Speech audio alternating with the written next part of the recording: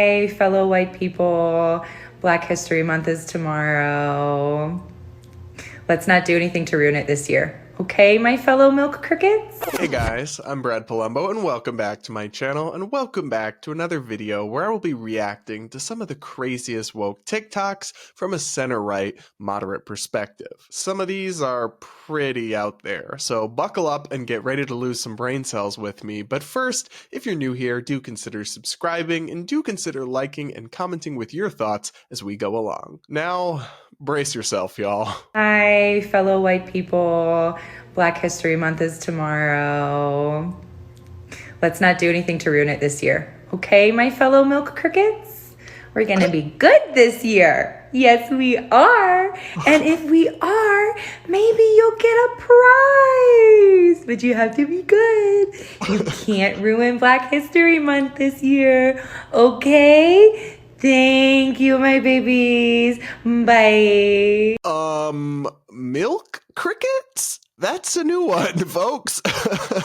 I really do want to know, though, why these insufferably woke TikTokers always speak like they're speaking to toddlers, like they're a preschool teacher and they're talking to, I don't know, 3 or 4-year-olds. Come on, guys, pick up your toys. It's really off-putting. Also, I have no idea how this person thinks that white people have supposedly ruined Black History Month in the past, but I'm not aware of any such ruining going on. I don't really think that's a thing. I think it's just more likely that this woke TikToker, like so many others, is desperate to seem like one of the good ones, one of the good white people to the progressive online mob. So much so that she's resorting to calling white people crickets? All right, up next, do you agree that some people deserve money simply for existing? I believe that every Black woman on this planet should be entitled to financial compensation just for existence on this earth and this society. And though I could go down my laundry list of reasons and likely convince you to and show you why I believe that, I'm not going to. You'll understand when you do. Toodles! Babe, race aside, nobody deserves money just for existing. That implies that somebody else has to work their butt off to support you while you relax and do nothing. Also, I'm just laughing at the fact that she literally doesn't even try to make any argument. Not very convincing, Cupcake. But here's what I actually find kind of bothersome and loathsome about TikToks like this and so many others. They speak about Black women and other categories of people as if there's some monolith, as if there's some common experience you can ascribe to this demographic category. We see them do this with Black people, gay people, white people, and so on, but in this case, with Black women. In reality, every Black woman is an individual with wildly varying experiences. Some may have grown up poor and impoverished and experienced tons of racism. Others may have been born to wealth or relative affluence and privilege and hardly experienced much racism in their life or even benefited from affirmative action programs. There really is no universal Black woman or gay person or white person experience that would somehow entitle one to anything on the basis of that demographic membership. For me, TikToks like this are a great reminder of how devoid of nuance the identity politics obsessed worldview can sometimes be. It's actually regressive in the way that it flattens individuality and ignores the nuanced differences that define the human experience. Up next, more complaining about microaggressions. On today's episode of Is It a Microaggression or Is a White Lady Just Being Nice? A coworker says to me, "You're running this meeting very well."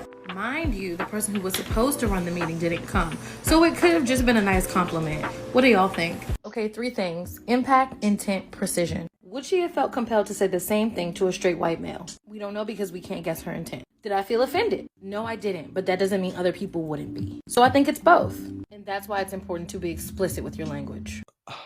Gosh, people. Y'all must not have any real problems if this is what you're reduced to complaining about online. Babe, maybe she told you you did a good job running the meeting because you weren't supposed to be running the meeting, but you stepped up to the plate and did a good job anyway. It's just called being nice? The reaching here is really quite something. I mean, obviously racism is still a real problem in some pockets of American life, but This ain't it. And unfortunately, because we've now made victimhood a form of social currency, the demand for racism is starting to exceed the supply. That's how you end up with people looking for discrimination or racism where it doesn't exist in cases like this, or outright faking it, like Jussie Smollett famously did. In a way, it's a sign of progress, I guess, but it's also not productive. Up next, this TikToker has thoughts on whether you can truly be friends with people who disagree with you. We can have different opinions and still be friends. Doesn't apply to human rights. So here's the thing. This is a cop-out. People on the far left, like this individual, define human rights to basically include all of their political opinions and their ideology. I've seen everything from socialist healthcare to abortion on demand to trans athletes being able to compete in women's sports, all described as various forms of human rights. I struggle to think of any issue where you could hold a dissident view or different opinion that truly out there progressives wouldn't somehow convince themselves is a violation of human rights. We've inflated this term to meaninglessness. So yeah, if you took this approach and said anyone who disagrees on human rights can't be my friend, what you're basically saying is that you have the whole world figured out. Everyone else is too stupid. The world's so simple. It's just black and white, good guys versus bad guys. And anyone who doesn't see the light, like your omniscient self, is evil. That's sad and naive. I honestly feel kind of bad for TikTokers or anybody else who views the world this way. They're not just trapping themselves in toxic echo chambers, but they're actually depriving themselves of life experiences with people who are different from themselves that could be life-changing just because of their own intolerance and intellectual arrogance. Up next, fair warning, this TikTok is a lot. I was put on this earth to drink coffee, to sleep, to smoke weed, and to gossip. And you're telling me that I'm supposed to make a LinkedIn to get jobs? No, you won't catch me dead doing that, even if I have to. Literally, no one is okay. All of us are having the worst time. No one can afford anything. Money isn't even real. It's paper. Burn it for all I care. We need to go back to bartering and trading. No. Like, I had to go to the eye doctor today. $120 for an eye exam. What the for you to look at my eyeballs and tell me that my prescription hasn't even changed? And you're also telling me that our government is expecting me to retire at the age of 70? 70? I'm not even gonna make it with how my life is going. I don't even think I'm gonna make it to 45. I don't think any of us are gonna even make it to 30 at this point. This earth is burning. Flowers are blooming in Antarctica. How is this the way that society functions? How is this the system that we live in? So our friend here definitely has a little bit of a flair for the dramatic, I think it's safe to say. But I do want to talk about a couple of the points, I guess you could call them, that she makes in this video, which is going gangbusters, absolutely viral on TikTok. First off, that's lovely, sweetheart, that you think you were put on this earth to just relax and do whatever you want and drink coffee and smoke weed, I guess. But who do you think was put on this earth to work, to provide for you to do nothing all day? That's what I would like to know. Who? Who exactly? Because the things we need to survive and thrive and relax, whether it's that coffee or that joint, don't actually just materialize out of thin air. There's no magical horn of plenty from which it can all be summoned. And nobody should have to work to support you because you feel like relaxing all day and don't want to make a LinkedIn? Actually, let me take that back a little bit, or at least add a caveat. You probably could have this lifestyle if you wanted it. If you became like a trophy wife, if you just went full sprinkle and found a man to pay all your bills and you could eat bonbons all day, like, hey, get that bag, girl. I wouldn't shame you for that. But funnily enough, it's modern feminism that kind of looks down upon that or takes that off the table in her mind, I'd bet. So why don't you just reevaluate that approach if that's what you really want? I do sympathize with the lack of affordability, but unfortunately, people like this on TikTok, they tend to support the same kind of policies that caused it in the first place. And why are these folks anti-money as a concept? I mean, I've heard them time and time again say, go back to barter. Do they have any idea how inefficient that is? A cow is not divisible. You can't trade in 1/16 of a cow for a loaf of bread. Let's also talk about this retiring at 70 thing that's all over TikTok. It's a reference to raising the age to qualify for Social Security benefits and retire, which is something that Nikki Haley most recently suggested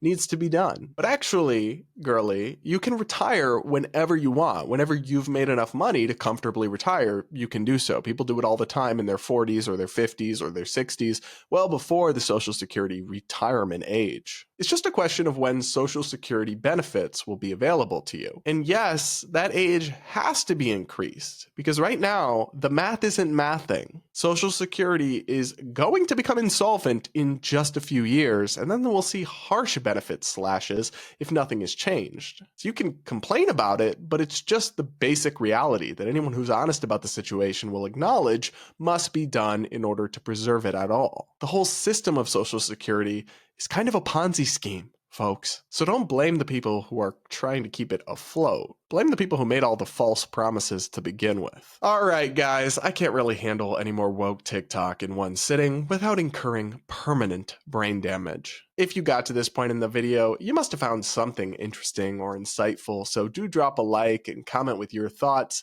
and do consider subscribing. We're growing so fast, I can't believe we passed 100K, and we already passed 105K like a week later, so huge thanks, huge love to all of you who've been joining this community, and I'll see you all in my next video. But if you're somehow not sick of me yet, you can go here or here to check out some of my other recent content that you might just enjoy.